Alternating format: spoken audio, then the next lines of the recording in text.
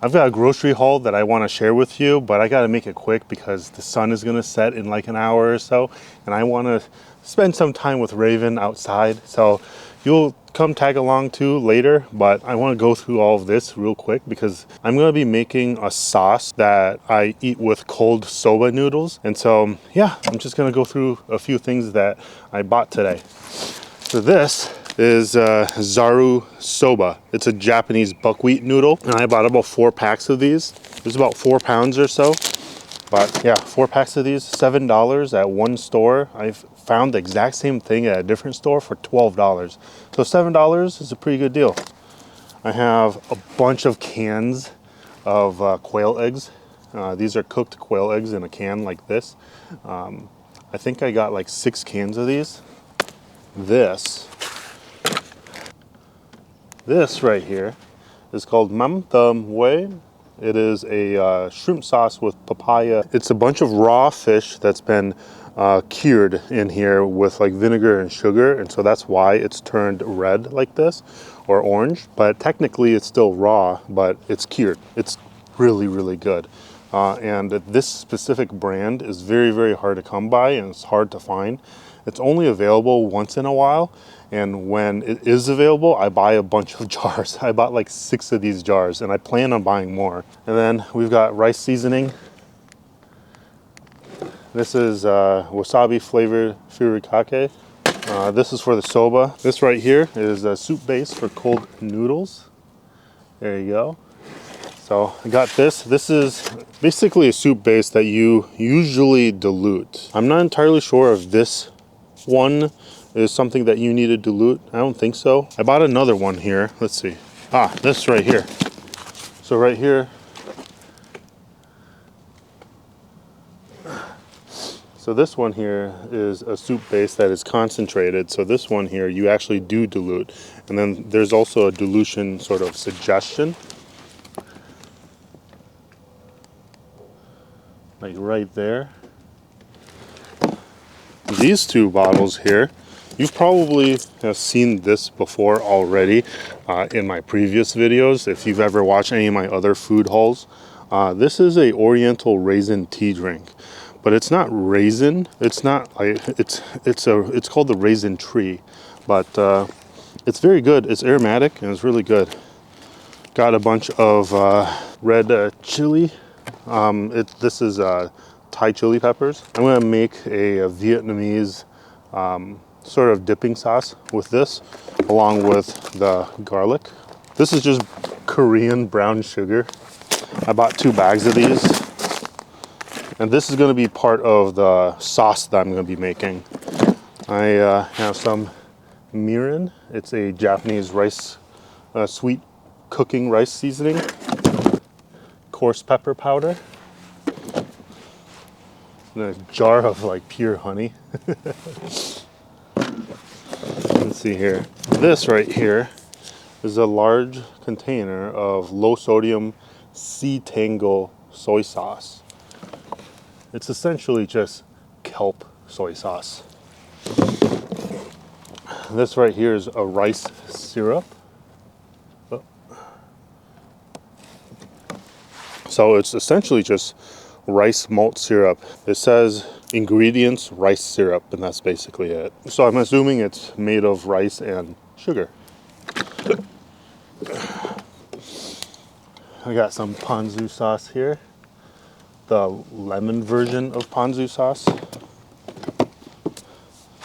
This is bulgogi, Korean barbecue sauce. This is for like pork and such. Roasted sesame seeds. There you go. And this is hot pepper paste. There you go.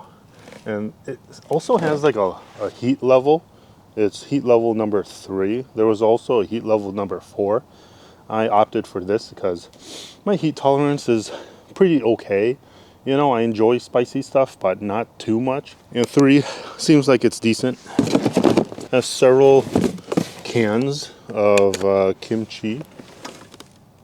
Yeah, so there's a lot of different kinds of kimchi in cans and stuff, but yeah, I like these. These are really nice. And small portions. I do enjoy buying like the larger jars and stuff like that. It's a lot cheaper that way, but sometimes it's just more convenient to get these instead. And I think that is basically it. Except for this right here, I got some Korean like spoons. Let's see here. I really like these spoons because of their shape. There you go, of their shape, and let's see here, it's focusing on my face. There you go. So here's the spoon. I really like it because of the shape and like the length of it. I like these type of spoons, and I have a bunch of these. Well, that is pretty much the food haul. I am going to get everything ready and bring Raven out.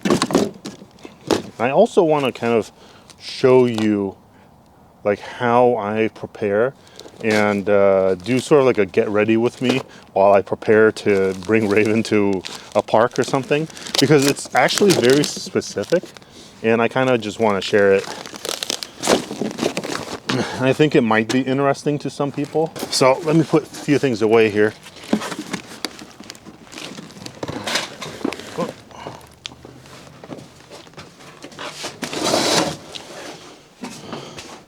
So I'm actually just going to put it on the table over here, but later I actually want to spend more time clearing a few things out on the side here and making room, so that way I can actually store things away a little bit more proper. So that's sort of the goal. Because I want to do a small thing every day in the shed. I want to come out here and I want to do something to change it up, to change up the look of the shed and the environment. And so I'm just going to do it one step at a time. I don't need to do something drastic or big. Just need to do something. That way I can get that habit built and that muscle, you know, that habit of just coming out here and doing something. All right, so I'm going to grab my backpack and I'm going to grab everything, bring Raven out, and I'll be right back. All right, so here it is. I guess this is a get ready with me, I guess. Get ready with me while I prepare to bring Raven into the woods with me. I usually always bring along my backpack like this. It has a water bottle, a knife, some scissors, cordage, some cover and stuff in here. So just the basic 5 C's of survival type items. I usually always carry it in my backpack. I also have my larger P365X macro in the backpack, and then I also carry around my P938 with an extra magazine also, so I carry it on me. But the X macro is just for backup if I really do need it, but I usually don't think I would need it. I just carry it around anyways. And then I also have my wallet and my keys. I also have my carry license and my ID, because, you know, I'm carrying, so I have to have it. I also bring along a lighter and a ferrocerium rod, along with my Leatherman Surge. Yeah, so I have my Leatherman Surge with me. I keep it in the concealment pocket of this jacket here.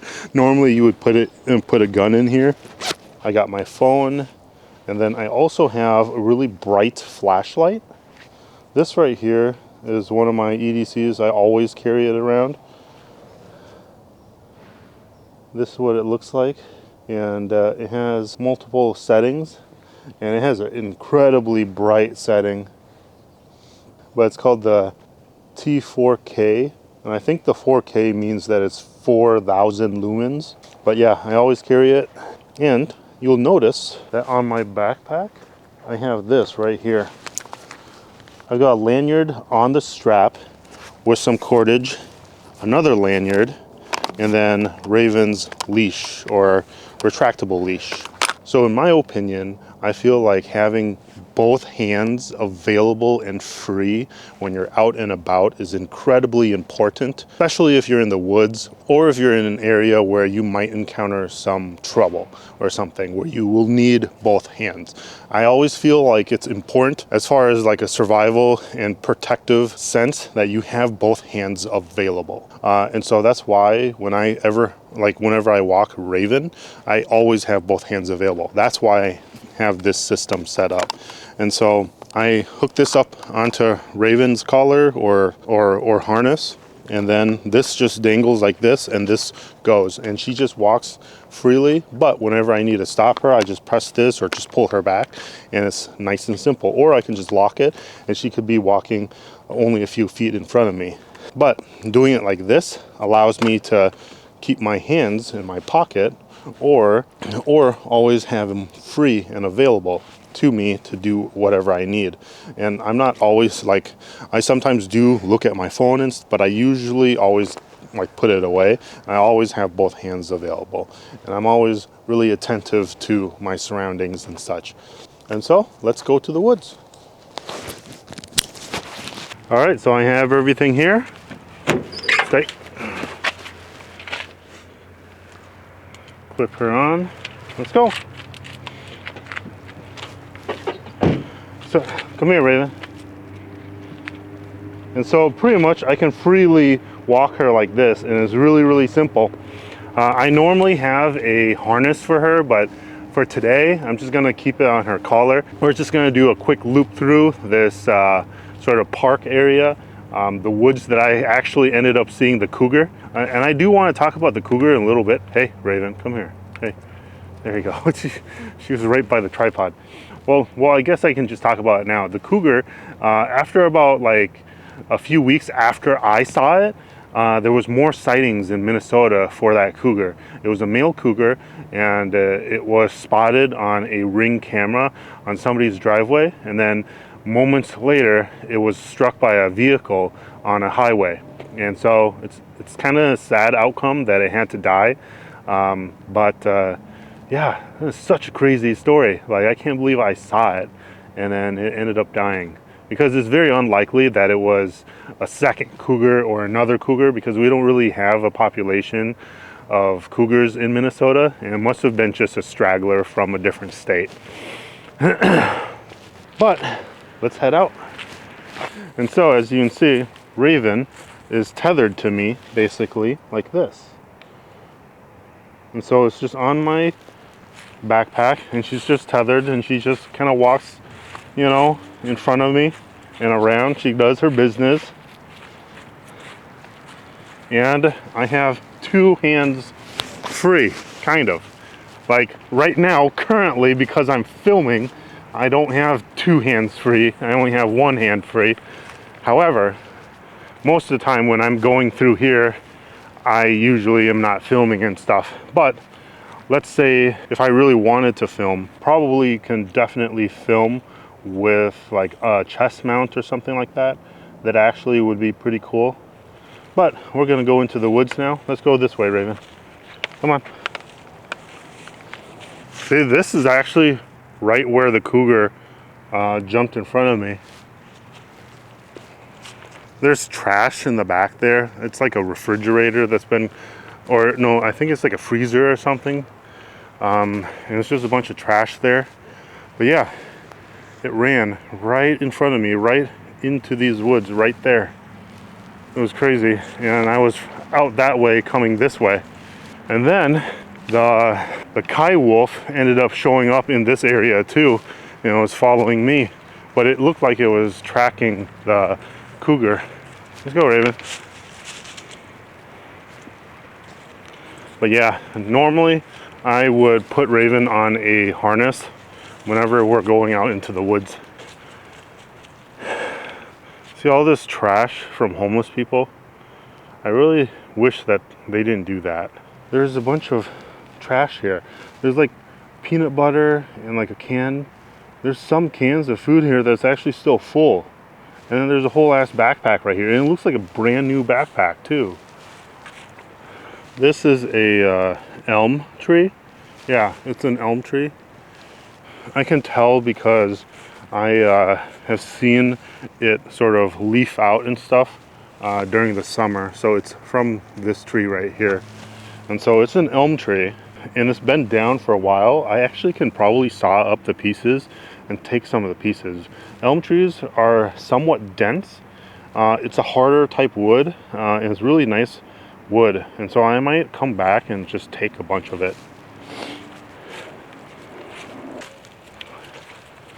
See, having Raven on this sort of setup is really nice because I can be hands-free like this.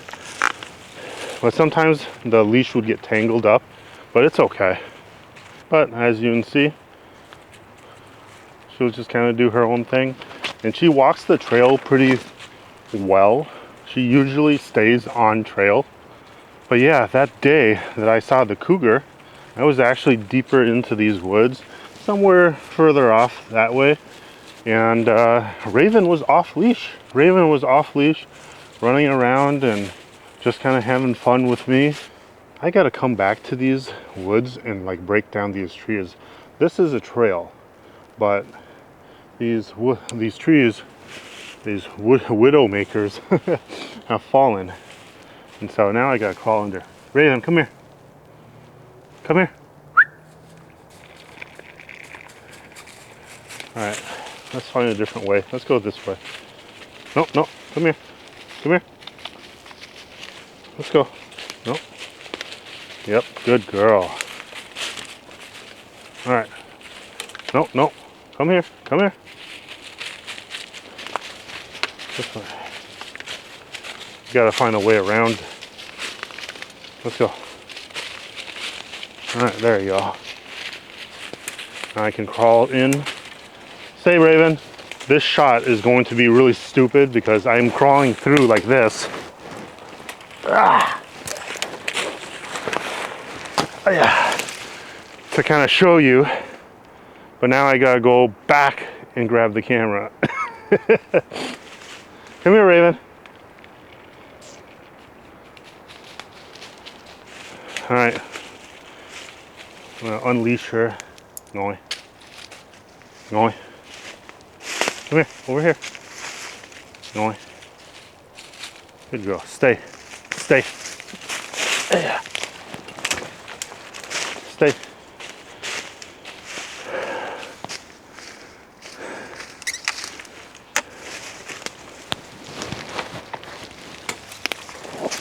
Okay, there you go. Gotta release her. You're such a good girl, Raven. I love you. Such a good girl. Alright, it doesn't seem like there's anybody in here. So I'll off leash her for a little bit, maybe. Yeah. And there shouldn't be any predators in here. I know these woods like the back of my hand. I've been in here so much. So yeah, it's okay. Alright, go. Let's go.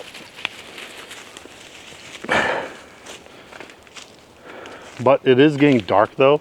It's like, let's see here, 15 minutes, maybe 10 minutes from sunset. The sun probably has already came close to setting, I think.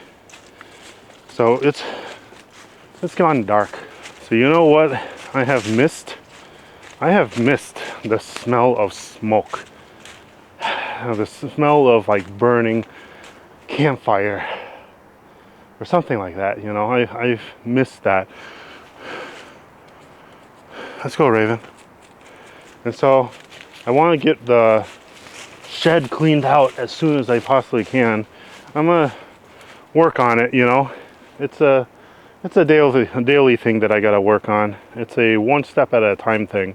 But once I get it cleaned out, I want to put up my wood stove again so I can like get a fire started and smell that campfire smell again, because it's so like nostalgic at this point, and it kind of reinvigorates my passion for the outdoors and the things that I am currently doing, you know, the things that I want to do. And you know what, coming out here, walking out in the woods like this, bringing Raven like this, it is very, very healing. And then she goes and pees in front of me. Come here, Raven. Come here. Yeah. to be out here in the woods, I feel like nature really does like heal you in some way. Kind of makes you happy in some way.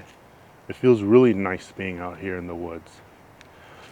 This feels natural. This feels normal. Instead of being stuck in like a box in a house. For some reason, yeah, this just feels natural. This is where I feel like I belong. And I really wish that I can eventually find my own piece of property where I can just constantly build and build something. I have this like itch that I'm trying to scratch of building something with my own two hands. Like that's why I built the shed in the first place. I love that feeling of being able to pound together like wood with some nails or screws and then put it up and end up having like a structure. I miss that. And I want to be able to do that in the woods. But I'm just not at that point yet in my life, I guess. I'm not at that point where I have a piece of property to do that. But I'm going to keep dreaming, and I'm going to set goals, and I'm going to eventually reach that. But I appreciate everyone coming along for this ride. Eventually I'll reach it. But it's been really warm the past couple of days in Minnesota. It's going to be warm the next few days too. It's going to rain. It's going to be like in the 50s. It's going to be weird. This is a weird December. It's going to be a weird Christmas. Oh, look at that. Raven, come here. She's picked up a stick. I am cautious of these woods also though, because these are the woods that got Raven injured. This is where she like tore her ACL. I think she injured her ACL here, and then she actually tore it back at home. She's all better now, and I'm happy. All right, it's getting really dark, and the battery on the camera, it's kind of low too. It's at like 7%, and so I don't have any extra batteries. So I am going to head home. There's a different route to go back to the van, so I'm going to take that route, and I'll have the camera ready to record and stuff if anything cool comes up, but for the most part I am just going to head back. I appreciate your views, your comments, your support, and I'll catch you in the next one. All right, thanks. Peace out.